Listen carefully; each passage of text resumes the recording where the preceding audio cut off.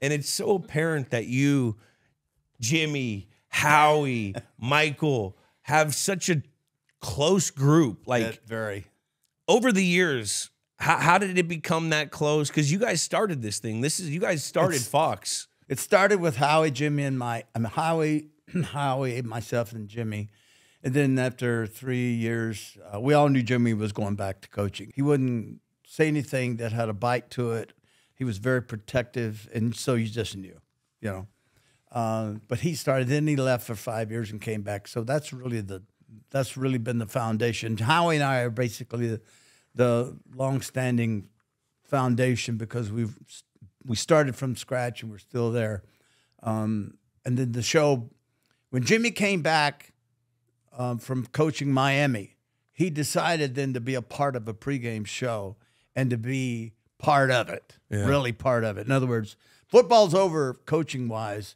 Now he's going to be in television. And that's when Jimmy became so much fun, so loving, so kind, believe it or not, and a true partner. Howie and I built our relationship. It was not smooth sailing. It was always a little bit of a I don't want to say ego because we buried those egos, but we had differences of how to do things. And I'd been in television a long time before Howie came on board.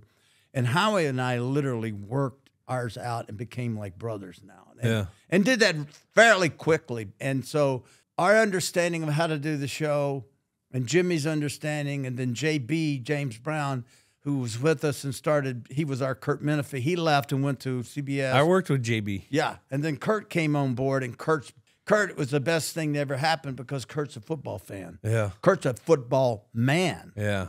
He knows football. Not that JB didn't, but JB nowhere near like Kurt. And then the funny thing about Michael Strahan, Michael was with the Giants, and I got a phone call in the offseason saying, hey, what would you think if we went after Michael Strahan and signed him to a contract to be on the pregame show? And I said, I interviewed Michael three times. I like him a lot. He's got a big personality. We had him on the show during the season. I think that'd be a great addition. Absolutely. So he called Howie, same thing. Called Jimmy, same thing. Everybody. Come find out they'd already signed him. It wasn't whether or not we I wish, Howie and I have talked about this, I wish we'd have known they'd already signed him. So we would have gone, are you kidding me? Strahan? Well, that egomaniac, there's no... Yeah, I wish we'd have known that so we could have just... And Fox would have gone, we've signed him. Yeah. Just a method. It would have been fun. It would have been fun if we'd have known that, but obviously we didn't. But when Michael came on, we had... Howie was our young guy, very studious player, very decorated player, Hall of Famer, actor, good-looking dude, big following. Jimmy, coach. You always got to have a coach. Big personality, strong opinions. Then Michael brought in a brand new, fresh, young voice.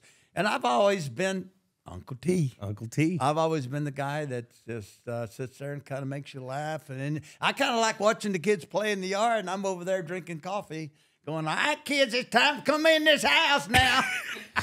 You better get on in here and eat your dinner. It's been so cool to, when you go in there and we're watching those games, you see how guys are. Yes. And you can see we were never in a locker room together, but you can see what kind of guy the guy was in the locker room. Right. Howie, he's very serious, like always on edge, like kind of like just surrounding, like look, he's always analyzing the surroundings. Right. And then, Terry, he comes in and he'll crack a joke. He'll slash a whip here and there, but he'll crack a joke just to kind of lighten the mood if things are going. And then I normally, Julian, like to sit back and be entertained. Yeah.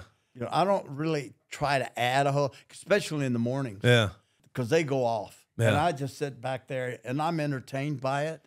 I mean, and Howie, believe it or not, Howie is funny dude. Yeah, he is. You're just not going to see that unless I mess with him on the show or something. Because one time I told him we're doing the show and Jimmy started something and Jimmy said something that's funny and Jimmy started laughing at what he said. So Michael starts laughing. I start laughing. And then Michael adds to Jimmy. And then Michael's laughing at what Jimmy said, and Michael's laughing at what Michael said. Now I'm laughing at both of them because it's some funny stuff. And then it's my turn on television. We all know when we have to talk on the camera.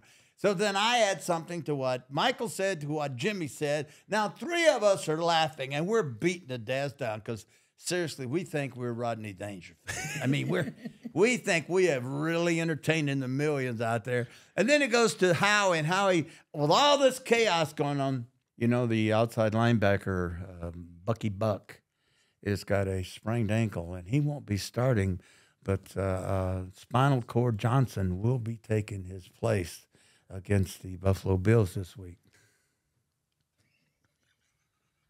Really? And I'm thinking, we're hooting and hollering, and he's talking about Spinal Cord Johnson and Buck. And I'm like, he couldn't even join in. So we go to commercial break, and I'm staring at him. So he turns and he looks at me and he goes, what? You know, like, Yeah, I can see it. what? I went, can't help it, can you? Help what? You're boring.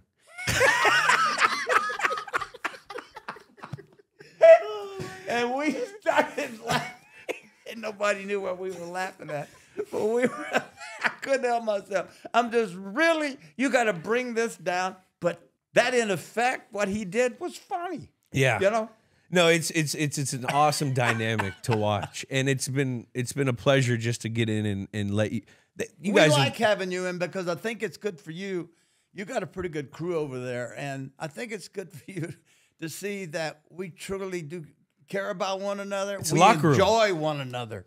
We enjoy one another, and you better not come in there with something that's easy fodder because they're going to jump on it, man. They will. They will.